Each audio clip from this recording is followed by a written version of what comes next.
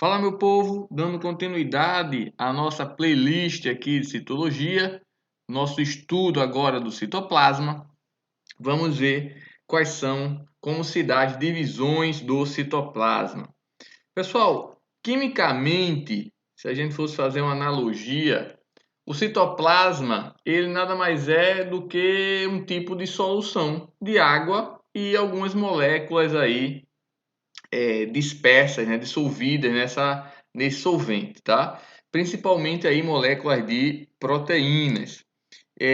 Então, além, logicamente, das organelas, no caso das células eucarióticas, tá? Então, o tipo de solução que seria mais próxima aí da composição do citoplasma seria uma solução coloidal, tá? Então, o citoplasma seria um tipo de coloide, quimicamente falando. E aí, por que a gente precisa ter essa noção? Porque quando a gente fala em divisões de citoplasma, utilizando aqui uma célula genérica, né? Deixei aqui só o núcleo aqui delimitado para que você entenda que a gente está falando de uma célula eucariótica, né? Que é onde a gente está focando o nosso estudo agora do citoplasma em células eucarióticas.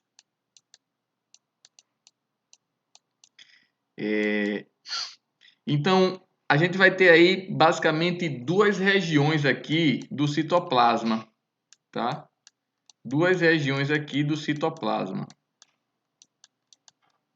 ou do citosol. Uma região aqui mais próxima à membrana e uma região aqui mais próxima aqui, ó, à carioteca, nesse meu esquema aqui, tá? Então, essa região aqui mais próxima à membrana, olha só, mais próxima aqui da periferia da célula, ela vai ser chamada de ectoplasma, tá? Então, ela vai ser chamada de ectoplasma. E a composição dela vai ser uma composição mais viscosa, que a gente chama de gel, tá? Esse é um tipo de coloide que a gente chama de gel, que tem uma composição mais viscosa, tá? Uma composição mais viscosa. Já essa região aqui mais central vai ser chamada de endoplasma e vai ter uma composição mais fluida, que a gente chama de sol. É um tipo de coloide que a gente chama de sol. Por isso que a gente precisa fazer essa analogia aí com soluções coloidais que vocês vão estudar aí na química, tá? E o que é que de fato vai fazer basicamente essa diferença entre a região de gel e a região de sol, ou seja, a região mais viscosa, uma região mais fluida no citoplasma? Pessoal, basicamente o que vai fazer essa mudança aqui, tá? E isso aqui já adiantando, isso aqui pode se alternar entre um e outro. O que vai fazer isso é o citoesqueleto, tá? Então, o que vai garantir essa mudança aí é o citoesqueleto da célula, que a gente vai estudar nessa aula, tá? É o citoesqueleto da célula, certinho? Então, ele vai garantir aí essa mudança de conformação aí, de viscosidade aí no citoplasma da célula, que garante essas duas divisõezinhas aqui. Tranquilo? Então a gente vai estudar o citoesqueleto e vamos ver aí quais componentes do citoesqueleto vão estar envolvidos aí nessa mudança aí. Essa mudança vai ser importante para os movimentos celulares, tá? Essas mudanças aqui de conformação vai ser importante para os movimentos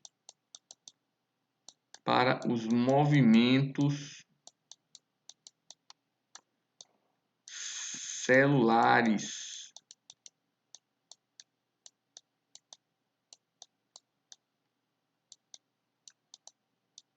Certinho? Para os movimentos celulares que a gente também vai estudar nessa aula. Então, vamos seguir. Como é que a gente vai estudar o citoplasma, pessoal? A gente já estudou aí os tipos de célula, né? Célula eucariótica e célula procariótica. Já estudamos os tipos de célula eucariótica, né? As diferenças entre célula eucariótica animal e célula eucariótica vegetal, que é o que costuma se cobrar em prova. E agora vamos estudar o restante aí do nosso curso de citologia. Vamos focar nesse momento agora no citoplasma das células eucarióticas, tá? Então, como é que a gente vai dividir esse estudo? Vamos dividir esse estudo basicamente separando o estudo das organelas dentro das suas principais funções. Então, aquelas organelas relacionadas à sustentação interna e movimentos celulares, tá? Quem são elas? Citoesqueletos, cílios e flagelos. Então, vamos estudar aqui dentro desse bloco aqui, ó, relacionado à sustentação interna a movimentos celulares. Existem aquelas organelas relacionadas à síntese, armazenamento, transporte de macromoléculas. Quem são elas? Ribossomos, retículo endoplasmático, complexo golgiense, lisossomos, peroxissomos e vacúolos. Tá? E vamos ter aquelas organelas relacionadas ao metabolismo energético. Quem são elas? Cloroplastos e mitocôndrias. Tá? Então é assim que eu fiz a divisão aqui, é assim que a gente vai dividir o estudo das organelas aqui nesse bloco de aulas que a gente está fazendo agora dessa nossa playlist de citologia. Beleza? Então, já ajuda a facilitar a vida de vocês também, né? Então, essas organelas aqui vão ter como funções principais aí algumas dessas daqui, ó. Síntese, armazenamento, transporte de macromoléculas. Essas daqui estão envolvidas com sustentação e movimentos celulares. Essas duas aqui estão envolvidas com metabolismo energético, tá? Então, já para facilitar a vida de vocês, eu separo aí as organelas por blocos aí principais para facilitar nosso estudo. Certinho? Então, vamos iniciar aí agora o estudo das organelas com aquelas de sustentação interna e movimentos celulares, ou seja, dando início ao estudo do citoesqueleto. Gente, quais são as funções do citoesqueleto, tá? Então, o citoesqueleto ele vai definir a forma e vai organizar a estrutura interna da célula. Se você observar aqui, isso aqui é uma microscopia, mostrando aqui, olha só, dando ênfase apenas, olha só, os filamentos aqui de proteínas que vão formar o citoesqueleto dessa célula. Tá? Então aqui a gente está visualizando apenas isso aqui, que é onde o corante utilizado para essa microscopia teve afinidade, né? Apenas com as proteínas aqui do citoesqueleto dessa célula. Tá? Então ele vai dar forma e vai organizar as estruturas internas da célula. O citoesqueleto permite a adesão das células às suas vizinhas, tá? E às superfícies extracelulares. Então, aí, adesão celular. Isso é importante para a manutenção de tecidos, né? Principalmente para organismos multicelulares, tá? Não esquece disso. Nós já vimos aí algumas dessas estruturas que têm relação com o citoesqueleto lá em especializações de membrana. Então, aquelas estruturas como desmossomos, como junções aderentes, são estruturas que estão aí, que vão ter aí relação com a membrana celular entre duas células adjacentes, mas também são estruturas que têm aí como formação, são estruturas que são relacionadas com o citoesqueleto dessas células aí vizinhas, tá? Outra função é só, possibilita o deslocamento de materiais no interior da célula. Pessoal, isso aqui pode ser tanto materiais dentro de vesículas, tá? Quanto a movimentação de organelas dentro das células, tá? Então a gente viu já, quando a gente estava estudando aí a membrana plasmática, no primeiro bloco de aulas aí da playlist de citologia, a gente viu aí movimentos mediados por vesículas. Movimentos mediados por vesículas. Tá? Os movimentos de endocitose e de exocitose. E aí a gente vai entender que esses movimentos estão relacionados aqui também ao citoesqueleto. Vão ser responsáveis por diversos tipos de movimentos de uma célula eucariótica capaz de realizar, tá? Então, outros movimentos, além desses movimentos aqui de vesículas, também vão estar relacionados aí com o citoesqueleto, com o movimento ameboide, com o movimento de contração celular, tá? Com o movimento de cílios e flagelos, como um movimento, como a ciclose, tá? Então a gente vai ver aí esses movimentos que podem ser realizados aí dentro de uma célula e que, logicamente, eles são garantidos pelo citoesqueleto. Beleza? Bom, qual é a composição do citoesqueleto. Ele é composto pelo quê? Ele vai ser composto por microtúbulos. Aqui você consegue ver um esquemazinho mostrando essas estruturas, né, para que vocês vejam a dimensão, tenham pelo menos uma noção da dimensão dessas estruturas, tá? Então, ser formado por microtúbulos. Os microtúbulos são filamentos proteicos em que a proteína aqui utilizada, né, que vai compor os microtúbulos, é uma proteína chamada tubulina. Microfilamentos. Os microfilamentos aqui são os de menor dimensão, não é? Em que a proteína aqui principal são as moléculas de actina, tá? Então você já sabe que esses microfilamentos aqui vão estar relacionados à contração muscular, né? Para você que já estudou esse assunto, você sabe que a actina vai interagir com a miosina, que é outra molécula importante aí para o movimento, sei lá, de contração, né, na célula. E os filamentos intermediários, né? Porque observe que o tamanho aqui é intermediário entre os microfilamentos e os microtúbulos. Filamento intermediário vai ser formado por vários tipos de proteínas, na verdade, né?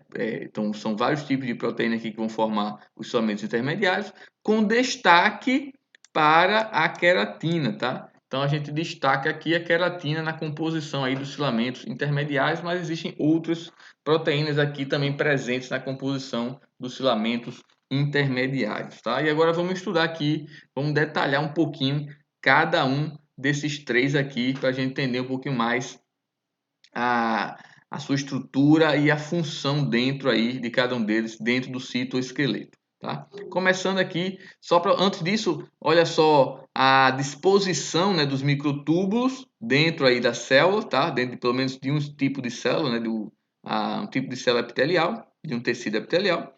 Então a disposição aqui dos microtúbulos, em comparação com a disposição dos microfilamentos, veja que os microfilamentos têm uma disposição mais periférica na célula, tá? E os filamentos intermediários, uma disposição mais desorganizada, vamos dizer assim, né? Mais reticular dentro da célula em relação aos microtúbulos e aos microfilamentos. Isso não é simplesmente aleatório, tá? Isso vai ter relação com a função que cada um dessas estruturas aqui vai desempenhar dentro do citoesqueleto celular, tá? E aí vamos conhecer um pouquinho mais deles aqui. Aqui só para você, outro detalhe também para você entender melhor, olha só. No caso aqui dos filamentos intermediários, observe que o diâmetro de cada filamento, ele fica num tamanho intermediário entre os microfilamentos, variam mais ou menos aí 7 nanômetros, e os microtúbulos aí vão chegar a cerca de 25 nanômetros, né? Então os filamentos intermediários vão estar aí, ó, vão ser menores que os microtúbulos e vão ser maiores que os microfilamentos, por isso filamentos intermediários, tá? Só para você entender aí um pouco da questão da nomenclatura dessas estruturas. Vamos conhecer um pouquinho mais de cada uma delas, começando com os microtúbulos. Pessoal, microtúbulos são tubos finíssimos, tá? Todos eles são bem finos, né? São da ordem de nanômetros, como a gente acabou de ver. Vão ser constituídos por moléculas de um tipo especial de proteína, que é a tubulina, a gente já comentou sobre isso agora há pouco. E vão estar dispostas no espaço no arranjo helicoidal compacto, tá? Então tá aqui, ó, o arranjo vai ser um arranjo helicoidal aqui no espaço, certinho?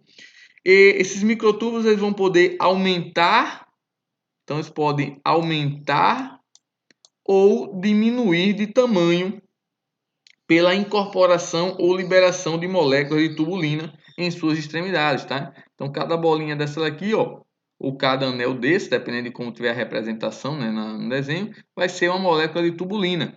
Então a estrutura toda aqui do microtúbulo pode aumentar ou pode diminuir, acrescentando ou diminuindo moléculas de tubulina aqui ao microtúbulo, tá? É isso que eu estou me referindo nesse momento. E essa incorporação ou subtração, né, vamos dizer assim, ocorre sempre pelas extremidades, tá? Pra vocês terem noção, eles são constantemente desmontados e remontados, tá? Os microtúbulos, em novas configurações, em novos desenhos. E isso possibilita, pessoal, mudanças na forma da célula, tá?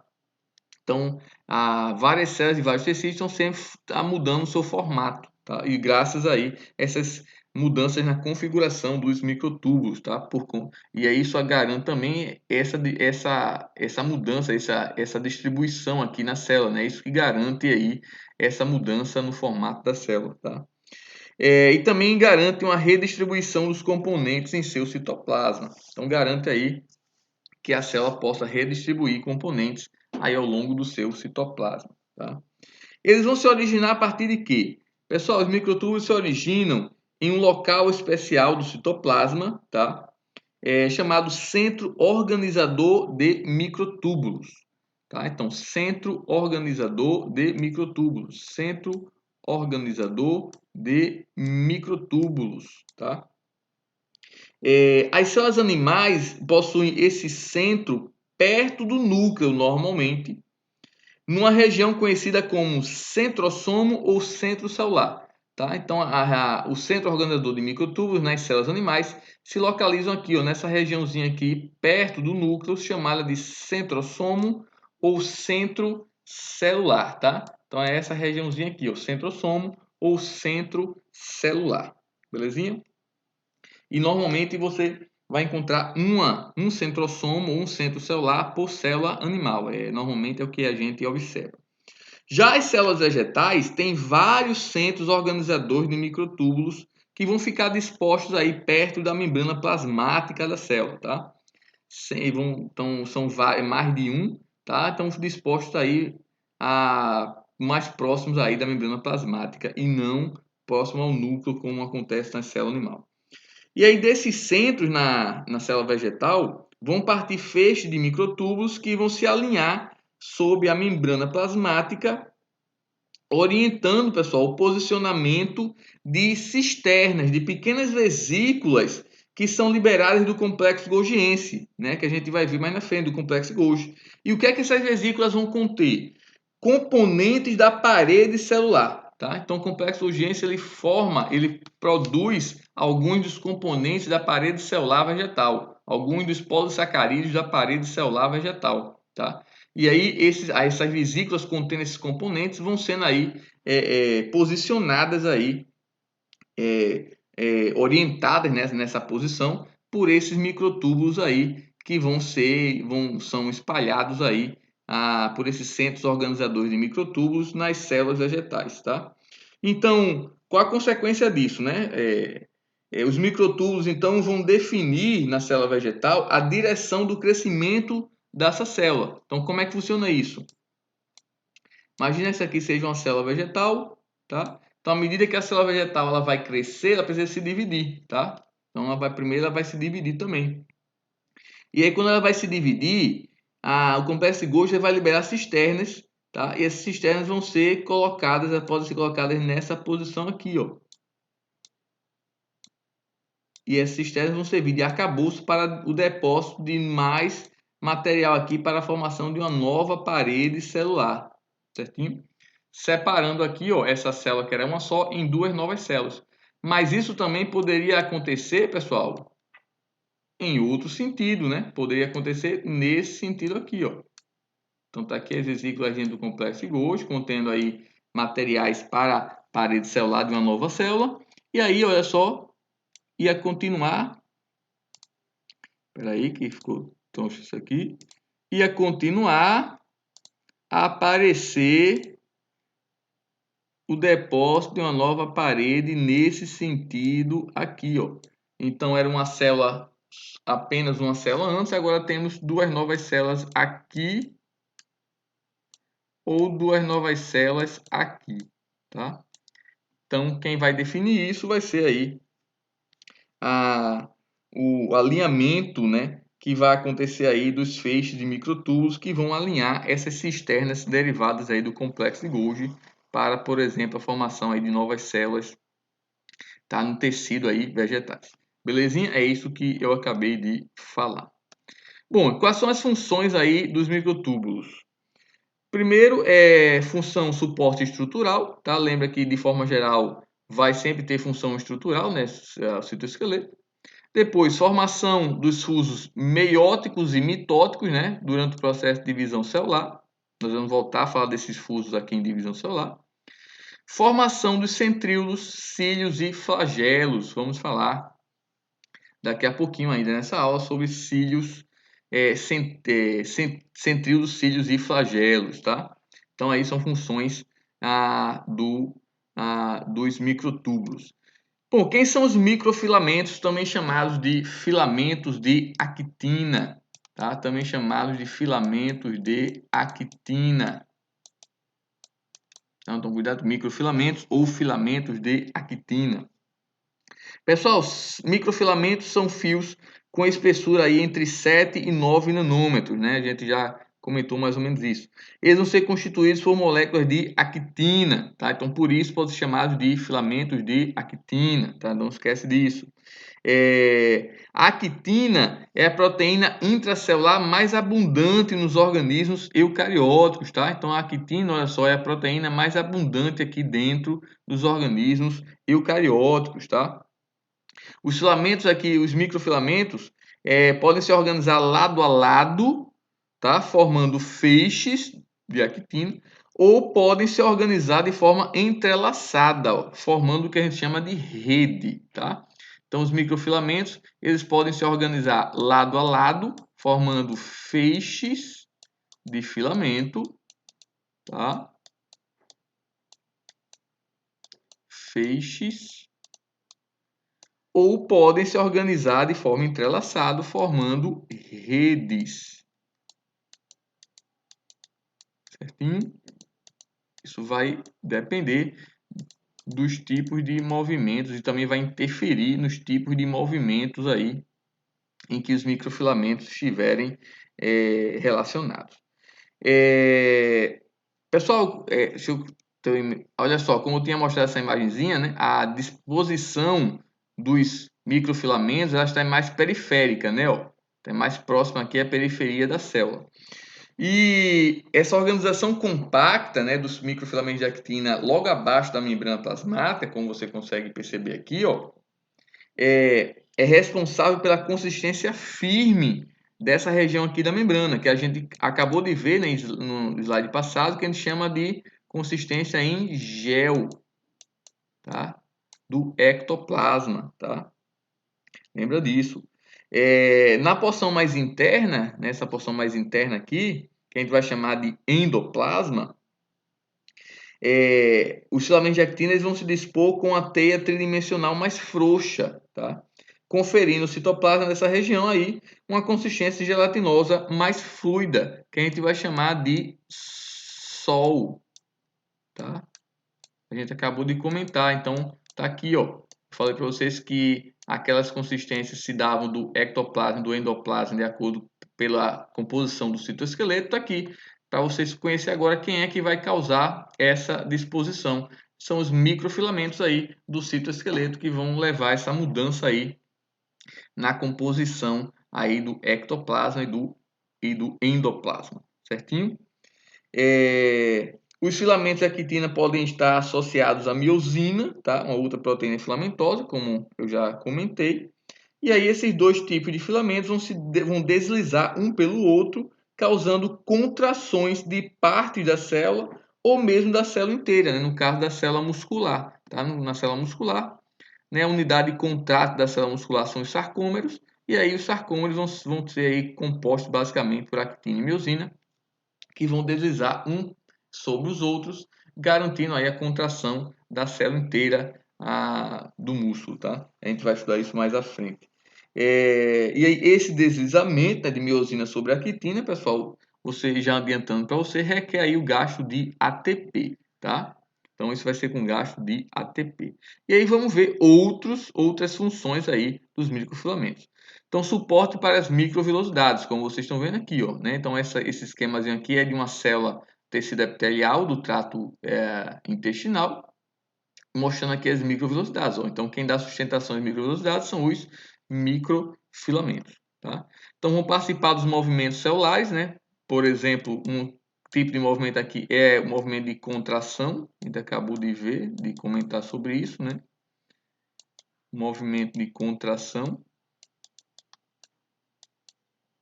Certinho? Vão participar também da citocinese da célula animal, ou seja, no final do processo de divisão celular, a célula vai se dividir, né? Então tem aqui duas, ó. E aí essa célula se divide. E aí esse anel aqui, ó, de contração, esse anel vai ser formado por microfilamentos de actina, tá? Para poder separar as duas células, separar o citoplasma da célula, né? Chama de citocinese, tá? E uma citocinese centrípeta, tá? Típica das células animais, né? De fora para dentro, tá? Diferente das células vegetais, que seriam citocinese centrífuga. E juntamente com a miosina formam as unidades contráteis das células musculares, né? Essas unidades contráteis são os sarcômeros.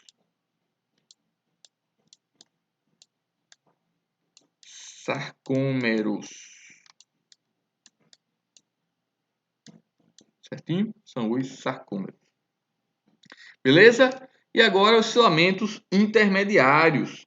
Pessoal, filamentos intermediários, você já sabe, eles recebem esse nome, essa denominação, porque vão ter aí uma espessura, né, intermediária entre os microtúbulos e os filamentos aí de actina, né? Mais ou menos 10 nanômetros de espessura, tá? Eles vão ser constituídos aí por várias proteínas, como a gente já comentou, e aí a gente pode destacar a proteína queratina, né? Bem presente aí nos filamentos intermediários, tá? Bom, eles vão ser constituídos aí por várias proteínas, como a gente já falou, e vão estar presentes, pessoal, em vários tipos de células multicelulares, de organismos eucariontes multicelulares, tá? Então aqui é muito comum aí, presente aí em células de organismos eucariontes multicelulares, certinho? Então, filamentos intermediários é muito comum aí em células eucariontes de organismos multicelulares, tá? E o que é que eles vão fazer basicamente? Dar resistência mecânica às células e conferir aí sustentação à membrana plasmática, né, nos locais de contato entre essas células, né? Por isso resistência mecânica, dando sustentação à membrana plasmática. E vão aí participar de junções entre as células, né? Junções aqui aumentando aí a resistência, aumentando o contato entre duas células adjacentes, tá? Isso é muito importante, novo, para tecidos, principalmente para tecidos epiteliais em que tem uma justaposição celular muito grande, certinho? Bom, quais são os movimentos celulares, né? Já sabe que os movimentos celulares são garantidos aí pela ação do citoesqueleto. Por falar em movimento celular, antes que eu esqueça, que eu não coloquei aqui, olha só, filamento intermediário, pessoal, ele não estão envolvidos nos movimentos celulares, tá? Então coloca aí, ó, eu esqueci, nem tá aqui também, não estão envolvidos, não estão envolvidos, não estão envolvidos nos movimentos celulares. Beleza? Coloca aí para você não esquecer, tá? Então, filamentos intermediários não estão envolvidos no movimento celular, tá? E agora sim, movimento celular. Quais são os movimentos celulares que a gente pode observar aí, né? Primeiro deles é o movimento ameboide. Temos aí movimento de contração muscular, tá? A gente já comentou, né? Contração muscular, a ação da actina, dos filamentos de actina interagindo com a outra tipo de proteína, né? Que é a miosina. Vamos voltar a comentar sobre isso aqui lá em contração muscular, né? Mais à frente no curso. Movimentação dos cromossomos durante as divisões celulares, tá? A gente vai ver como é que se dá essa movimentação aqui no processo de divisão celular, né? Mitose e meiose, né? Com a ação dos microtúbulos aqui. Movimentos de cílios e flagelos, a gente vai estudar cílios e flagelos, né? Daqui a pouquinho, tá? É deslocamento de materiais no interior da célula com uso de proteínas motoras. Isso aqui é justamente o movimento mediado por vesículas, né? Então aqui são os movimentos mediados por vesículas, tá? São os processos de endocitose e exocitose, né? Fagocitose, pinocitose, endocitose mediada por receptor, tudo isso vai estar envolvido aqui, utilizando proteínas motoras. Então vamos falar aqui um pouquinho agora. Ah, tá faltando. Faltou um aqui. Coloca aí, acrescenta aí. Ciclose. Ciclose. Tá? Ciclose. E aí, pessoal, vamos estudar aqui a que a gente ainda não comentou, né? Que é ameboide, movimento ameboide, ciclose e esse deslocamento de materiais no interior da célula, tá? Então vamos focar neles agora, certinho? Começando aqui, ó, com a ciclose. Pessoal, a ciclose é a denominação do contínuo movimento de organelas e substâncias no citoplasma, tá? Então, olha só, organelas e as substâncias dissolvidas aqui no citoplasma ficam em constante movimento, e esse constante movimento a gente chama de ciclose. Simplesmente isso, tá? E aí, quem é que vai promover, né? Quem é que vai promover esse arrasto dessas organelas e dessa substância aqui dissolvida no citoplasma, né? Isso vai ser resultante da interação entre as moléculas de actina e miosina na célula, tá? Então isso vai ser, então você já sabe que vai ter aí participação do citoesqueleto, né? Dos filamentos de actina, tá?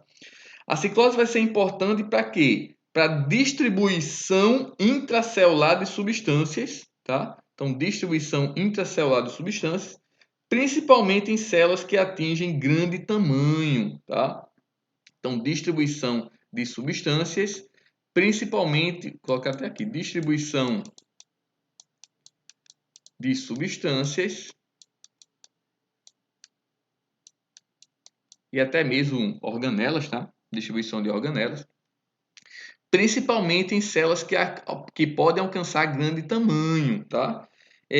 Como células vegetais e células de muitos organismos unicelulares, como protozoários, tá? Essas células podem alcançar um grande tamanho. Logicamente, eu estou falando grande, mas com ressalva, né, das proporções, tá?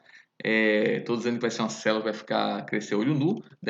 Algumas espécies até acontecem isso, né? A gente já comentou no iniciozinho das primeiras acitologias, eu mostrei uma alga unicelular, que a célula podia ser vista a olho nu, tá? Então essas células que alcançam grande tamanho precisam ter um movimento de ciclose muito intenso para garantir aí a distribuição correta de substâncias aí e também de organelas, tá? Bom, o movimento ameboide, aqui, colocar aqui, ameboide, sumiu o nome, ameboide.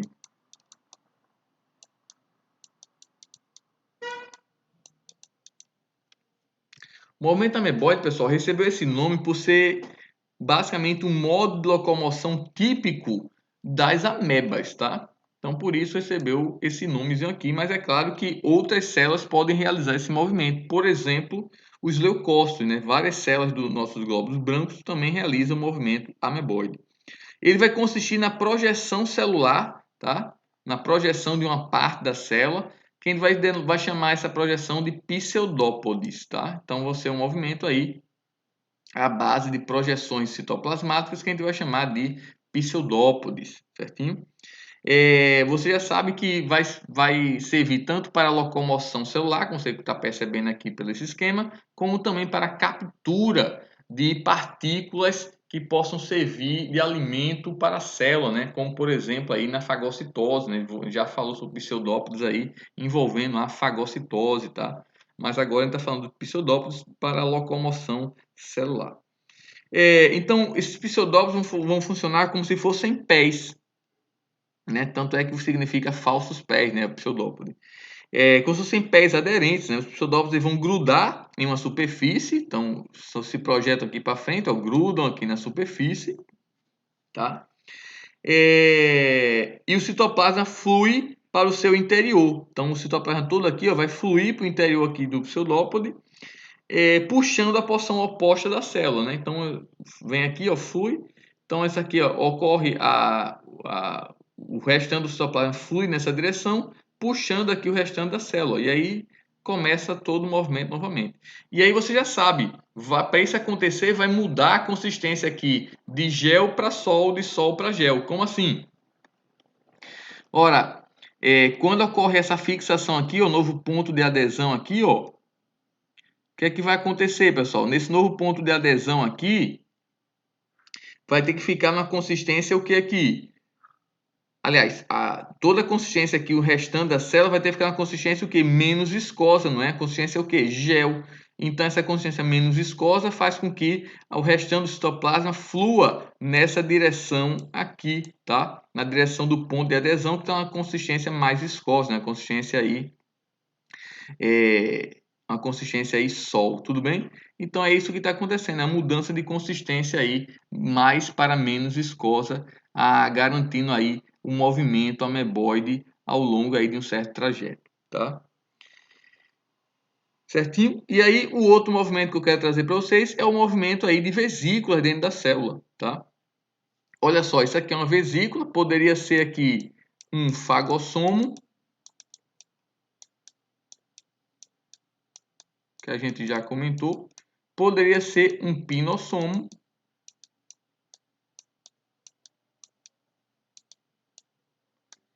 poderia ser uma vesícula aqui para exocitose.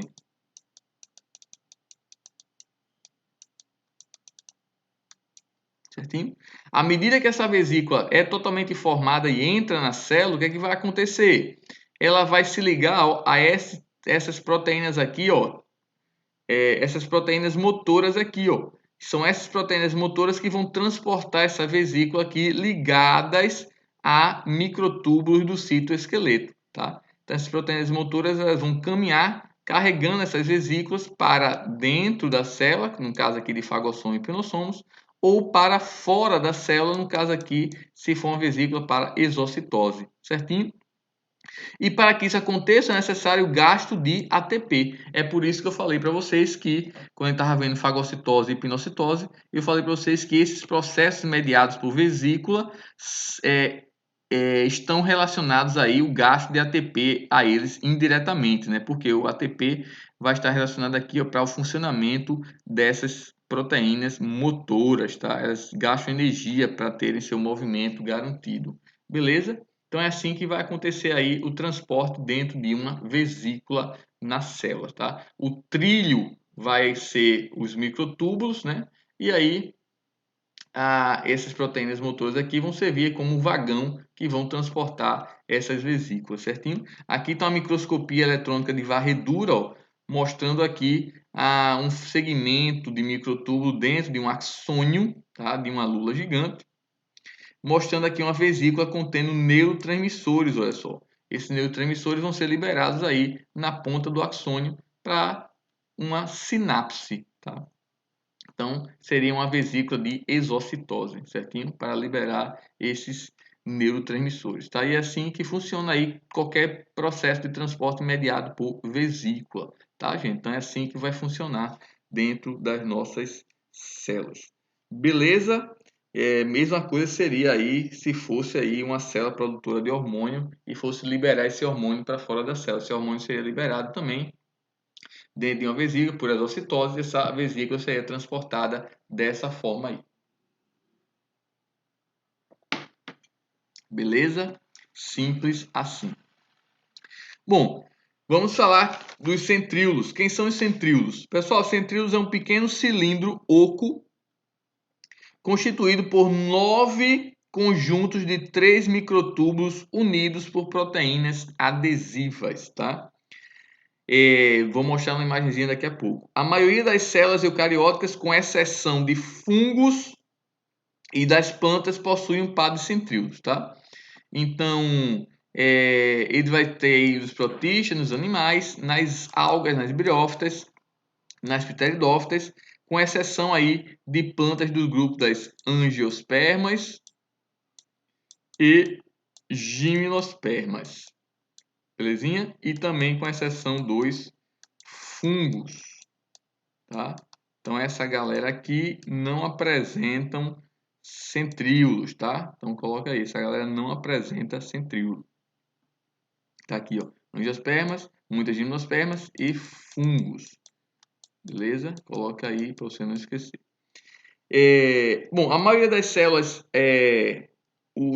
nessa maioria das células que apresentam, né, que eu estava falando agora, os centríolos vão estar dispostos perpendicularmente. Então, vai ser assim, ó. Então, vai ser um cilindrozinho aqui de um centríolo, sempre em dois, né, logicamente. Um par de centríolos por célula, pelo menos. E aí dispostos perpendicularmente, tá? Ou seja, formando aí um ângulo mais ou menos 90 graus entre eles, beleza? Então, pouco antes de uma célula animal aí entrar no processo de divisão, pessoal, os centríolos aí presentes no centrosoma, eles vão se duplicar, tá? E aí o que é que o centríolo vai fazer? Vão auxiliar na formação aí do fuso da divisão celular, tá? Fibra do fuso e fuso acromático, mas eles não são necessários para isso, lembra, tá? Até porque tem células que não apresentam centríolo, tá? Eles não são necessários para isso, tá? E vão aqui formar cílios e flagelos, que é o que a gente vai ver agora como isso acontece, tá? Então olha só, tá aqui, ó, nas células animais os centríolos se localizam no centro celular, o centrosomo, certinho?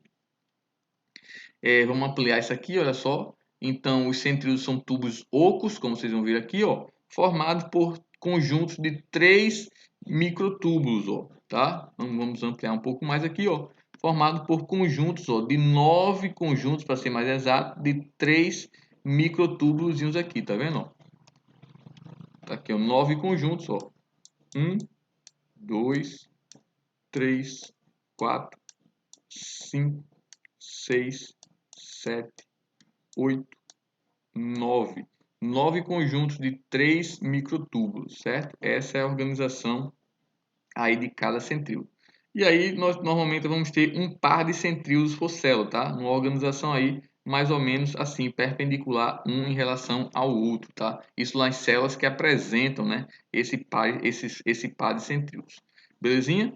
E aí a principal função deles, né, vai ser de fato a organização dos cílios e flagelos, tá? Porque eles não são de fato necessários para o processo de divisão celular, tá?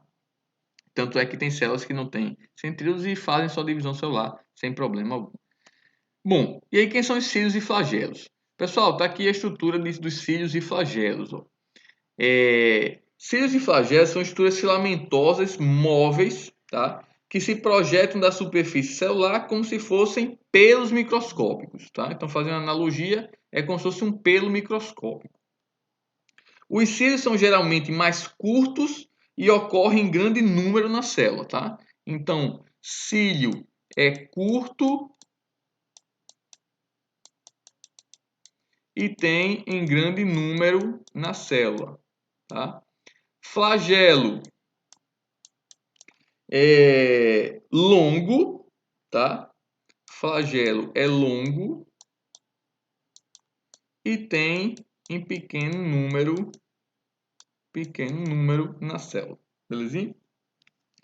Cílios e flagelos vão ter a mesma estrutura interna, tá? E vão se originar de centríolos que migram para a periferia da célula, tá? Então, esses centríolos vão sair do centrosomo, vão migrar para a periferia da célula, né? Para próxima à membrana, dando origem aí a cílios ou flagelos, tá? E aí esses centríolos eles vão crescer pelo alongamento de seus microtúbulos, tá? E aí, tá aqui, olha só, a base de um flagelo ou de um cílio vai ser a mesma, vai ser o que a gente chama de corpo basal ou cinetossomo. Nessa base aqui, pessoal, ela vai ter a organização, ó, igual à organização de um centríolo. 9 conjuntos de 3 microtúbulos ligados aí a proteínas aderentes, tá? Como vocês conseguem ver aqui, ó. 9 conjuntos de 3 microtúbulos ligados a proteínas aderentes, tá? Agora, como a gente falou, eles vão ter uma projeção para fora da célula, né? E à medida que esses microtúbulos vão se projetando, a membrana plasmática vai recobrindo essa projeção como se fosse dedos aí cobertos por uma luva, tá? E aí, como é que funciona essa projeção? Essa projeção vai ser assim, ó. Vai ter a migração de 2 microtúbulos para a região central, beleza? E na periferia vai ficar 9 conjuntos aí, ó, de apenas 2 microtúbulos, ó, unidos pelas proteínas ligantes aqui, como você já sabe. Então, a organização aqui, ó, de um cílio e de um flagelo é o que a gente chama de organização 9 mais 2, tá? Tanto de cílios como flagelos, ó, 9 conjuntos de duplas de microtúbulos periféricas, estão vendo aqui, ó, com uma dupla de microtúbulos centrais, tá? É isso aqui, ó. Quando você pega um cílio e um flagelo, corta ele aqui, ó, como se esse traço, essa área vermelha aqui está fazendo, ó, e olha o que é que olha no microscópio, tá vendo, ó? Isso aqui é microscopia eletrônica de transmissão, tá? É isso aqui que você vai observar, belezinha? A base de qualquer cílio, de qualquer flagelo, pessoal, o que a gente chama de corpo basal ou cinetossomo, essa base vai ter a mesma organização de um centríolo. E aí, qual é a organização de um centríolo? Essa daqui, ó, 9 conjuntos de 3 microtúbulos, ó, ligados a proteínas ligantes, certinho? Unidos por proteínas ligantes, como você preferir, tá? Então, aqui é uma organização, ó, se você preferir, 9 mais 0, tá? Certinho? Aqui da base, né, que é a mesma de um centríolo, e aqui do corpo, tá, de cílios e flagelos, tá? Então, cuidado com isso. Isso aqui aparece em prova, viu? 9 mais 2 é a organização estrutural aí de cílios e flagelos, tá? E qual vai ser a principal função de cílios e flagelos? A principal função de cílios e flagelos é locomoção.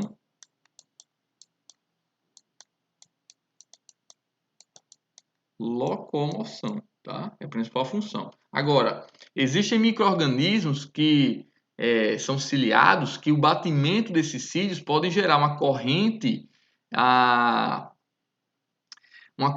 no ambiente externo, né, no fluido externo, na solução externa, que atrai aí nutrientes para entrar na célula, tá? Então, podem favorecer aí a alimentação também, tá? Então, o batimento ciliar pode favorecer a alimentação também em unicelulares. Do mesmo jeito que a nossa traqueia, ela tem várias células ciliadas que o batimento desses cílios vão remover um muco protetor com que esse muco vai conter aí restos de partículas de poeira, de micro-organismos que entram pela nossa respiração, tá? Que poderiam prejudicar aí chegando no nosso aparelho respiratório, nossos pulmões, tá? Então esse muco ele vai reter essas estruturas e o batimento dos nossos cílios vão remover esse muco em direção à nossa boca, tá? Então, pode acontecer também de cílios ajudarem aí a garantir aí uma proteção em certos tecidos aí de animais ou de outros organismos multicelulares, tá? Mas a principal função aí de cílios e flagelos é a locomoção, beleza? Mas cuidado porque pode ser cobrada aí uma outra interpretação, como os exemplos que eu dei para vocês agora, certinho? Para a gente finalizar essa aula, vamos resolver aí 3 questõezinhas, tá? Agora. Então, lembra de dar um pausezinho no vídeo nas questões, tentar resolver e depois acompanhar a minha resolução. 3 questões bem simples, bem diretas. Olha só, a primeira delas. Os centríolos são organelas celulares relacionadas à letra A formação de cílios e flagelos? Sim, centríolos está relacionado à formação de cílios e flagelos. Vamos ver aqui os erros das outras. B. Ao transporte de material extracelular? Não, pessoal. Transporte de material extracelular? Não. C. Ao surgimento de vacúolos autofágicos? Também não. Né? A gente acabou de estudar centríolos e em nenhum momento a gente viu centríolos relacionados ao surgimento de vacúolo autofágico. D. Ao processo de recombinação gênica? Não. A gente nem começou ainda a estudar o processo de recombinação gênica. Letra E. Ao fenômeno de plasmólise? Também não. Plasmólise está relacionado aqui à osmose, né? Também tem nada a ver com centríolo. Então, resposta de fato, letra A. Questãozinha tranquila, questãozinha fácil, né? 4 alternativas absurdas e uma aí fazendo sentido. Próxima questão. Organelas são estruturas com funções especializadas, suspensas no citoplasma das células vivas. A figura a seguir apresenta algumas organelas celulares. Observe-a. Número 1 é o quê? Ó, tripletes de microtúbulos. Pessoal, número 1 é um centríolo. Né? Número 1 é um centríolo. Número 2, a face trans, face cis. Isso aqui, né, a gente vai ver, né, na próxima aula. Qual é a organela que tem face trans e face cis. Isso daqui, adiantando para vocês, é o complexo golgiense, tá? Mas ainda vamos estudar aqui na próxima aula. Essa face 3 aqui, ó, nem parece ser uma estrutura biológica, né? Porque parece ser uma maquinazinha aqui, né? Uma roldana, uma coisa assim. Mas isso aqui é uma figura típica que representa um flagelo bacteriano, tá? Um flagelo bacteriano. E por que a gente costuma representar o flagelo bacteriano dessa forma aqui? É simplesmente porque a estrutura de um flagelo bacteriano é diferente da estrutura de um flagelo de uma célula eucariótica. A gente acabou de ver a estrutura aí de um flagelo de uma célula eucariótica, né? A sua base vai ter aí a estrutura aí de um centríolo e o seu corpo vai ter aí uma estrutura aí 9+2, né? Que a gente acabou de ver, tá? Já a estrutura de um flagelo bacteriano tem uma organização diferente, tá? E aqui, olha só, 50S e 30S, olha só, dica para vocês, 50S e 30S são unidades para tamanhos das subunidades dos ribossomos.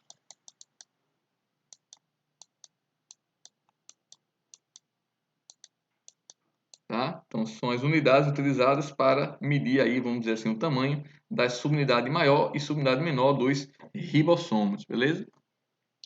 Considerando a figura anterior e o assunto abordado, analise as alternativas abaixo e assine a alternativa correta.